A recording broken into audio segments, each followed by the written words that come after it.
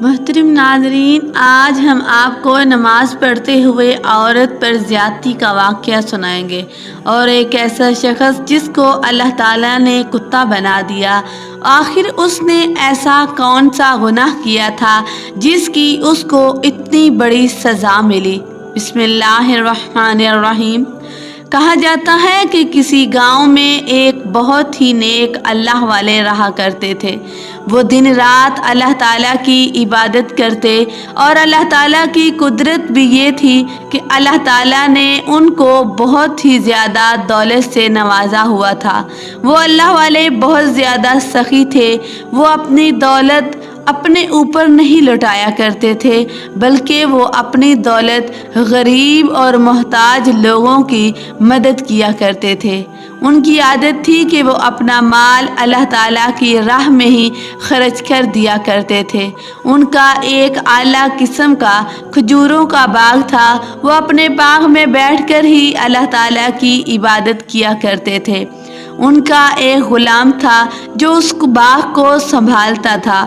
ایک دن وہ اللہ والے اللہ تعالیٰ کی عبادت میں مصروف تھے کہ ان کی نظر اچانک اس غلام پر پڑی کہ یہ غلام کس طرح اتنی محنت سے کام کر رہا تھا۔ انہوں نے دیکھا کہ وہ غلام درخت کے اوپر چڑھتا، درخت کے اوپر چڑھ کر تمام کھجوروں کو توڑ کر نیچے پھینکتا، نیچے اتر کر ان تمام کھجوروں کو اکٹھا کرتا، ان کھجوروں میں سے صحیح کھجوریں علیحدہ کرتا اور گلی ہوئی کھجوروں کو سائڈ پہ رکھ دیتا اور صاف کرتا، ایک جگہ پر رکھتا۔ اور جب وہ اتنا کام کر کے تھک چکا تھا، اس کو بھوک لگی، وہ کھانا لینے کے لیے کھانا لے کر آیا۔ جیسے ہی وہ کھانا لے کر آیا، اس کے پاس ایک کتا آیا۔ وہ کتا روٹیوں کو اس طرح دیکھ رہا تھا جیسے اس کو بہت بھوک لگی ہو۔ وہ غلام سمجھ چکا تھا کہ یہ کتا بھوکا ہے۔ اس نے اس کتے کو بڑے ہی پیار سے اپنے پاس بٹھایا اور اس کو روٹی دی۔ اس کتے نے روٹی کھا لی۔ اس غلام نے دوبارہ اس کو روٹی دی۔ اس کتے نے وہ روٹی بھی کھا لی۔ اب وہ غلام دیکھ رہا تھا کہ اس کتے کو اور بھوک لگی ہوئی ہے۔ اس نے تیسری روٹی بھی اس کے آگے ڈال دی اور اٹھ کر کام کرنے لگ گیا۔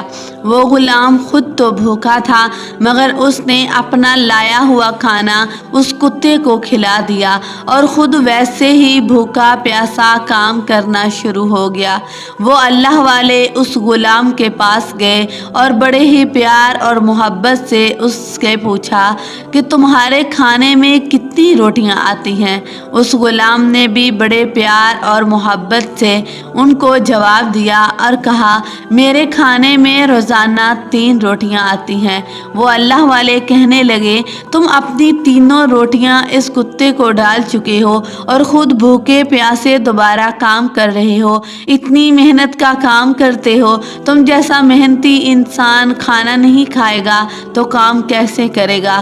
تم 1 روٹی کتے کو کھلا دیتے اور 2 خود کھا لیتے۔ اگر ایسا نہیں کر سکتے تھے تو 1 ہی روٹی خود کھا لیتے اور 2 اس کتے کو کھلا دیتے۔ اس غلام نے بڑے ہی ادب اور اطمینان سے ان کو جواب دیا کہ حضرت مجھے معاف کر دیں، یہ میں آپ کو نہیں بتا سکتا، بس سمجھ لیں کہ اس کتے نے مجھ پہ ایک بہت ہی بڑی نیکی کی تھی جس کا بدلہ میں چکا رہا ہوں۔ وہ اللہ والے کہنے لگے، ٹھیک ہے، اگر تم نہیں بتانا چاہتے تو کوئی بات نہیں، تم اپنا کام کرو، میں چلتا ہوں۔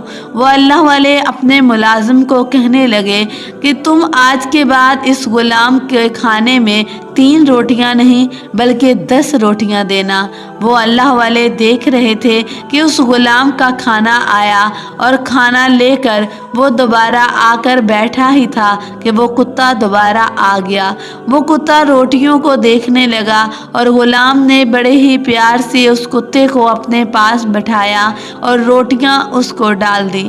جب اس کتے نے 1 روٹی کھائی، دوسری روٹی کھائی اور اس نے اس کو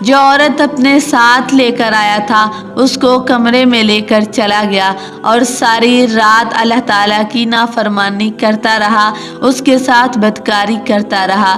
جب میں صبح اٹھا مجھے بھوک لگی، میں نے اپنی بیوی کو آواز دی کہ مجھے کھانا دو، مگر اس نے میری آواز نہ سنی۔ بچہ مسلسل رو رہا تھا۔ مجھے اس بات پر اور زیادہ غصہ آیا۔ جب میں اس کے کمرے میں گیا وہ اسی حالت میں سجدے میں تھی اور بچہ مسلسل رو رہا تھا۔ میں نے اس عورت کو دوبارہ مارنا شروع کر دیا۔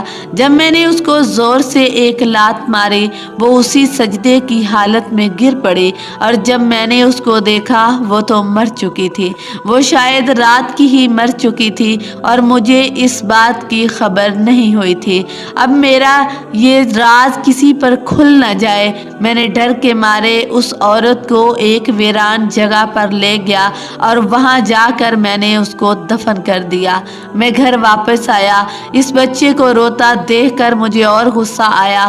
میں اس کو مارنے ہی لگا تھا کہ جو عورت میرے ساتھ آئی تھی اس نے کہا یہ بچہ مجھے دے دو، میں اس کو پال لوں گی۔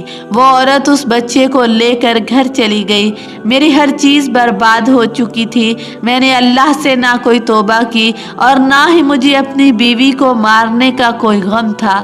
جب میں اس عورت کے پاس گیا جس کے ساتھ میں ہمیشہ زناکاری کرتا تھا، اس نے مجھے اپنے گھر سے نکال دیا اور کہا